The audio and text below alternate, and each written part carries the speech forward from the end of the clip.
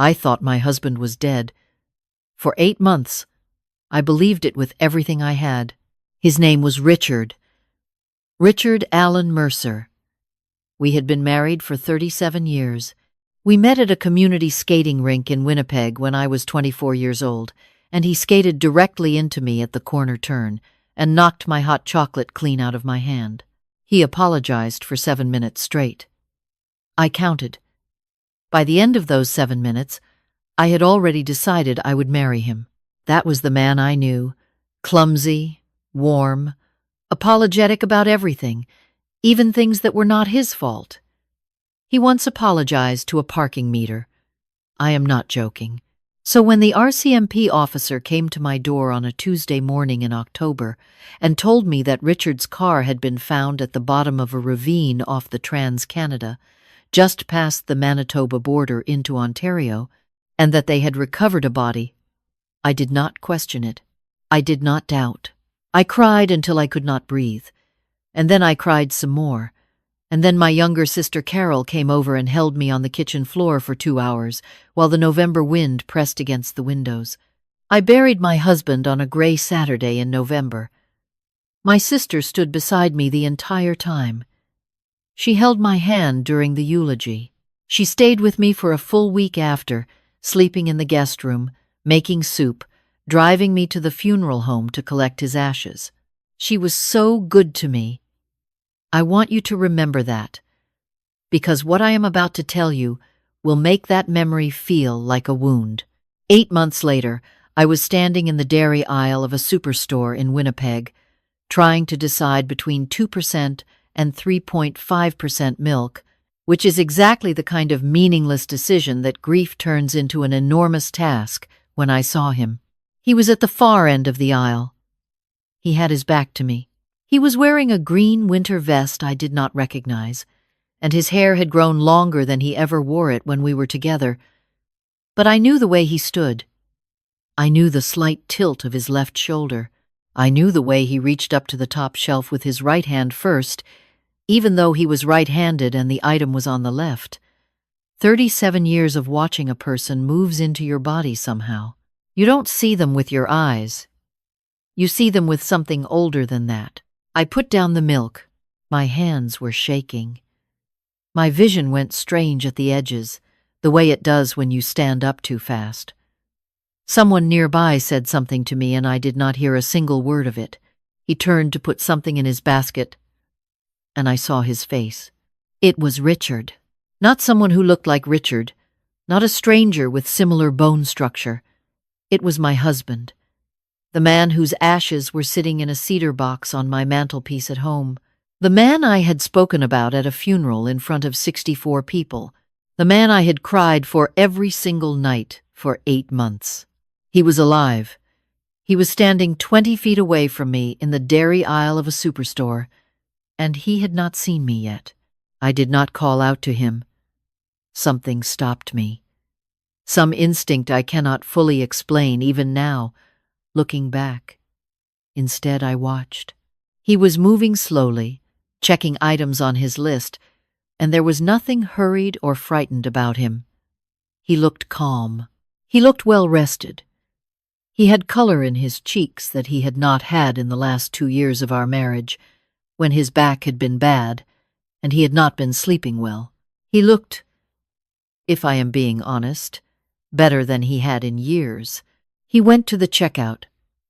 I followed at a distance, my basket still in my hand, the milk still not in it. I watched him pay with a credit card. I could not see the name on it. He collected his bags, 2 of them, reusable bags in a blue I did not recognize, and he walked out to the parking lot. I followed him outside. The April air was cold enough that my breath came out in small white clouds. I watched him load his bags into the back of a gray Honda CR-V I had never seen before, and then I watched him drive away. I did not get the full plate. I got the first 4 characters.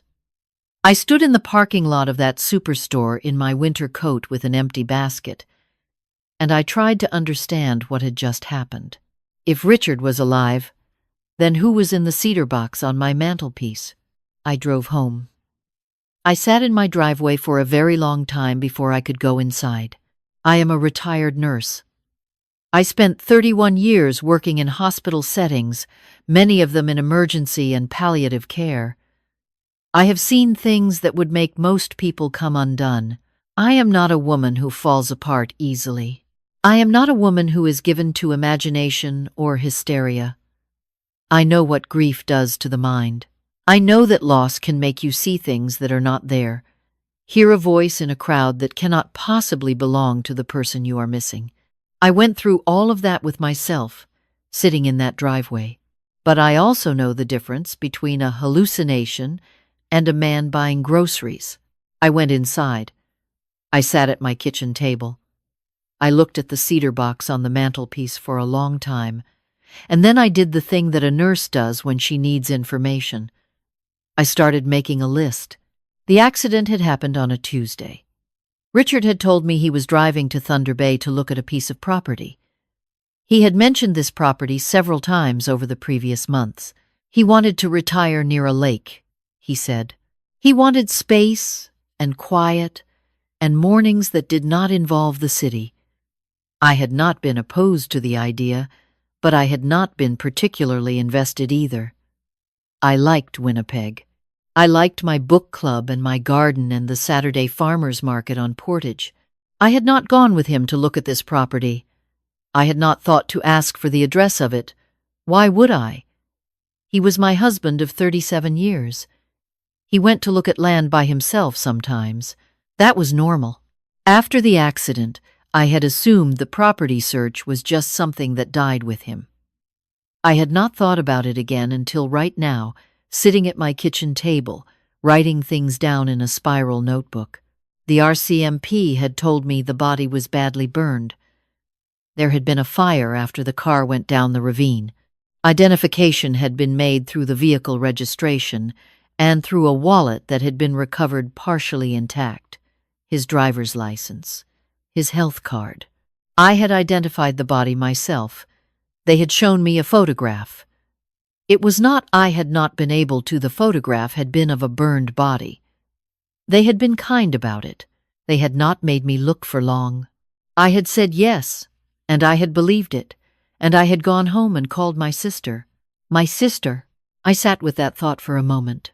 Carol was the one who had suggested I not go to the accident site. Carol was the one who had handled all the paperwork with the funeral home.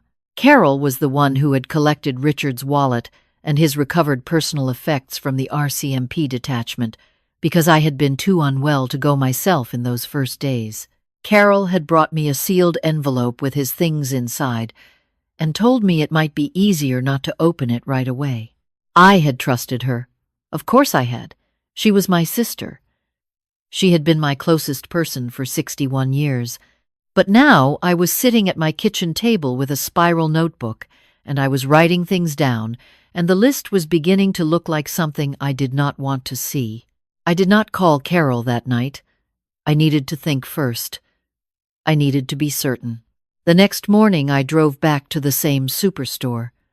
I know this sounds impulsive, but I want you to understand that I am not an impulsive woman. I went because it was the only information I had. A gray Honda CR-V, a partial plate, a green vest. I did not recognize. I sat in the parking lot for 2 hours. I was about to leave when I saw the CR-V pull in. Richard got out. He was wearing a different coat today, a dark navy one, and he had a phone to his ear. He was speaking to someone, laughing at something they said. I had not heard him laugh like that in a long time. I waited until he went inside, and then I walked to his car. I wrote down the full plate number. I walked back to my car, and I sat there, and I felt something settle inside me. Not calm, exactly. Something harder than calm.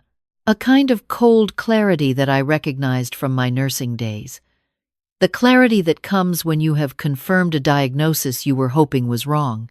I called a friend of mine. I will not use her name, but she is someone who worked for many years in a field where accessing certain information is not unusual. I gave her the plate number. I asked her if she could tell me who the vehicle was registered to. She called me back the following afternoon. The CRV was registered to a numbered holding, but the address connected to the registration was a property in a town called Lac du Bonnet, about an hour and a half northeast of Winnipeg. A small lake town, quiet, the kind of place where you could start over if you wanted to. I sat with that address for 3 days. On the 4th day, I got in my car and I drove to Lac du Bonnet. The house was not hard to find. It was on a gravel road that ran along the eastern side of the lake, with birch trees on both sides and a wooden mailbox at the end of the drive. The mailbox had a number on it, but no name. The house itself was a modest bungalow, wood siding painted a dark brown, a screened porch along the front, a dock extending out into the water behind it. The gray CRV was parked in the driveway. I parked on the road and I watched the house for a while. A light was on in the front room. There was smoke from the chimney. After about 20 minutes, a figure came out onto the porch. Richard. He had a coffee mug in his hand. He sat down in a wooden chair and looked out at the lake. He looked peaceful. That is the only word for it. He looked like a man who had found something he had been looking for. I drove away. I needed one more thing before I could decide what to do. I went home and I called my daughter Stephanie in Vancouver. Stephanie is 41 and she is sharp and she does not panic. I told her I needed to talk to her about something serious and I needed her to listen to everything before she said a word. She agreed. I told her everything. When I finished, she was quiet for a long time. "Mom," she said finally, "does Aunt Carol know you're telling me this?" The way she asked it told me something.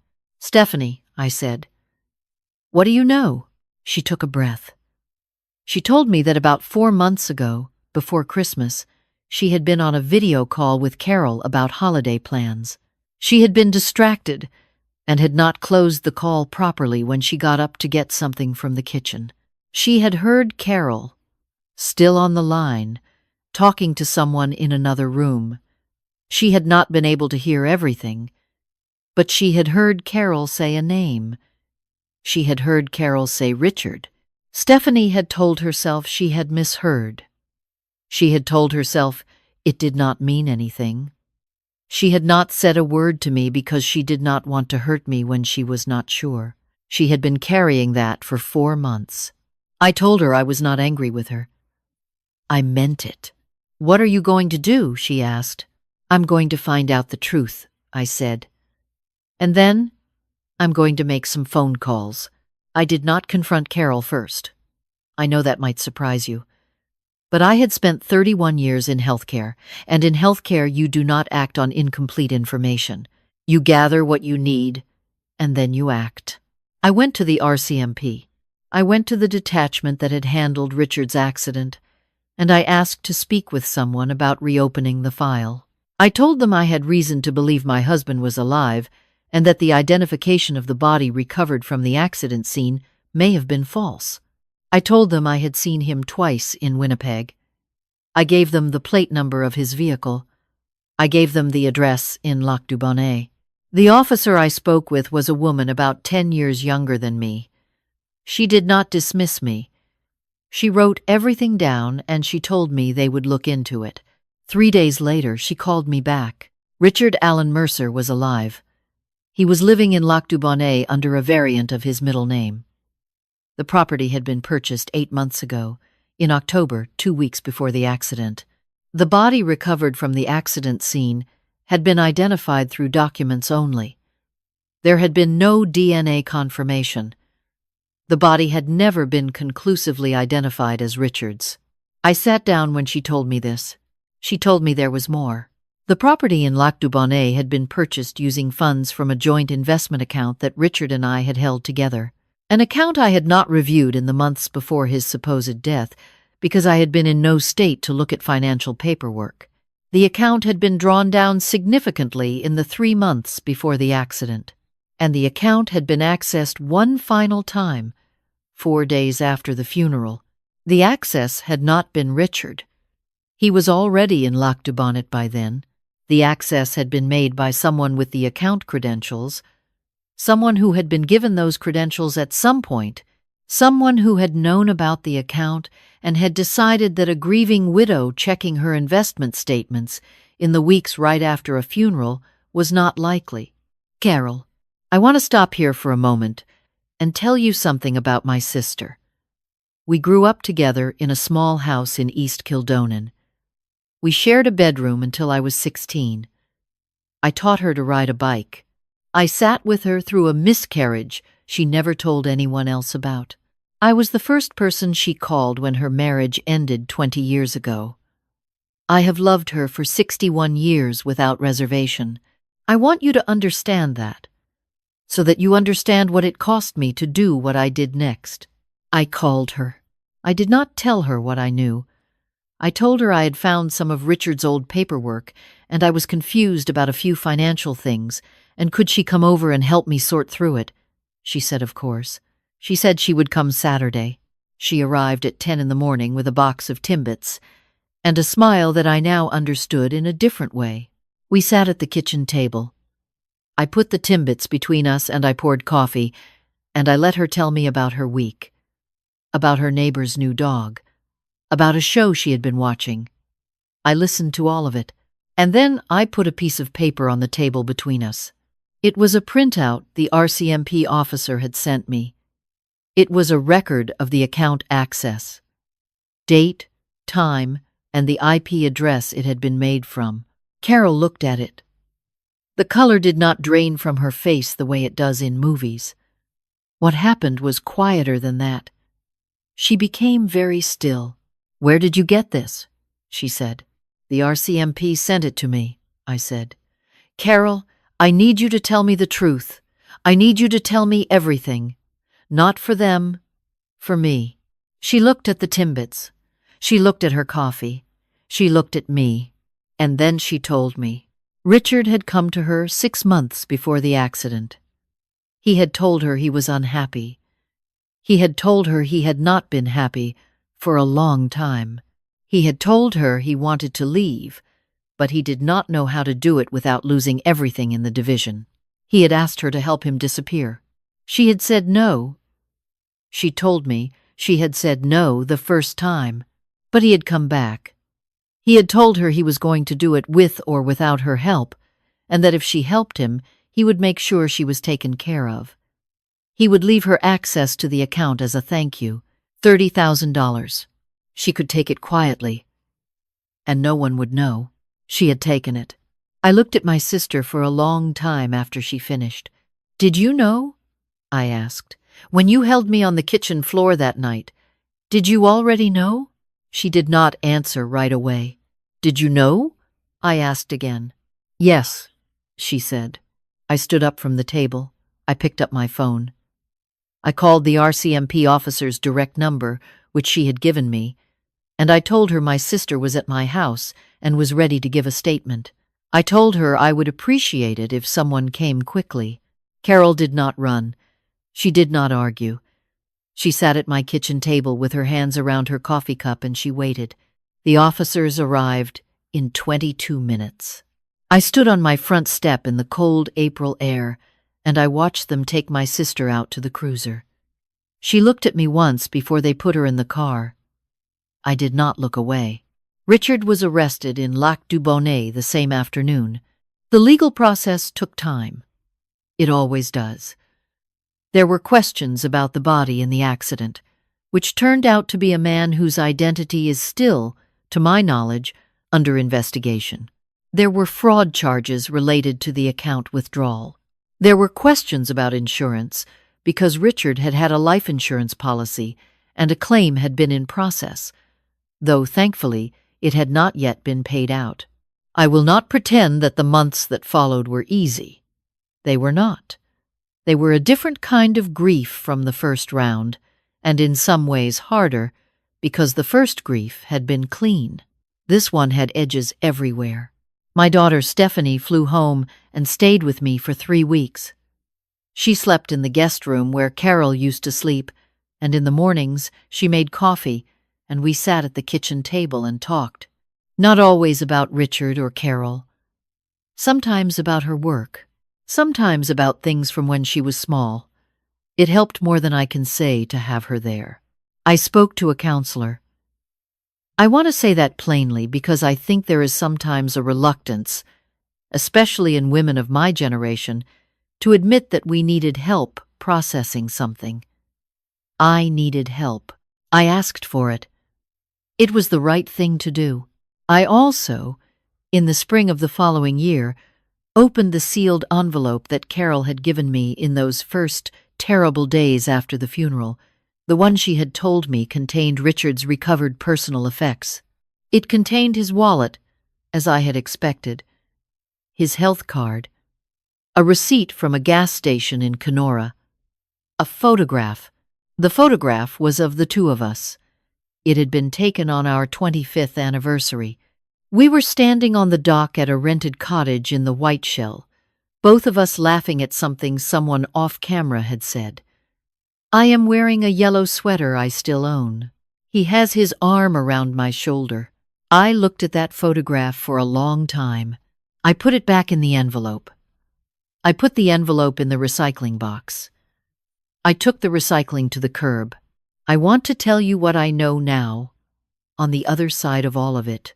I know that a person can love someone truly and completely and still not know them. I know that this is not a failure of love. It is simply the truth of other people, that they contain rooms you will never be invited into. I know that the most painful betrayal I experienced was not Richard's. Richard and I had drifted. I had known that even if I had not named it. The distance between us had been growing for years, and we had both, I think, been too comfortable or too tired or too afraid to address it honestly. What he did was wrong. It was cruel, and it was cowardly, and it caused real harm. But I understood in the end the shape of his unhappiness, even if I could not forgive the method. What Carol did was different. Carol chose, consciously, to hold me while I grieved for a man she knew was alive. She chose to accept money for that. She chose, over 8 months, every single day, to look at me and say nothing. I have not spoken to her since the morning she sat at my table. I do not know if I will. I went back to nursing part-time the following autumn. Just 2 days a week, at a community health clinic not far from my house. It was not about money, though the money helped, given what had happened with the joint account. It was about remembering who I was before all of this, about standing in a room and being useful and knowing exactly what I was doing. I planted a bigger garden than usual that summer. Tomatoes, beans, 2 kinds of zucchini, and a border of marigolds that I put in, mostly because I liked the color. I ate dinner on my back step most evenings, when the weather allowed it. I read every book my book club chose, including the one in September that nobody particularly liked, and I said so at the meeting, and everyone laughed. Small things. I know they sound small, but small things, done day after day, are how you build a life back. Stephanie calls me every Sunday evening. We talk for at least an hour. She came home again at Christmas, and we made a standing rib roast and watched old movies and argued mildly about whether the second one was better than the first. It was. I still live in the same house in Winnipeg.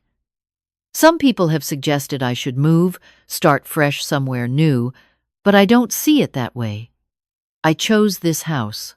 I painted the front door red myself with a brush I bought at the Canadian Tire on McPhillips. The garden is mine.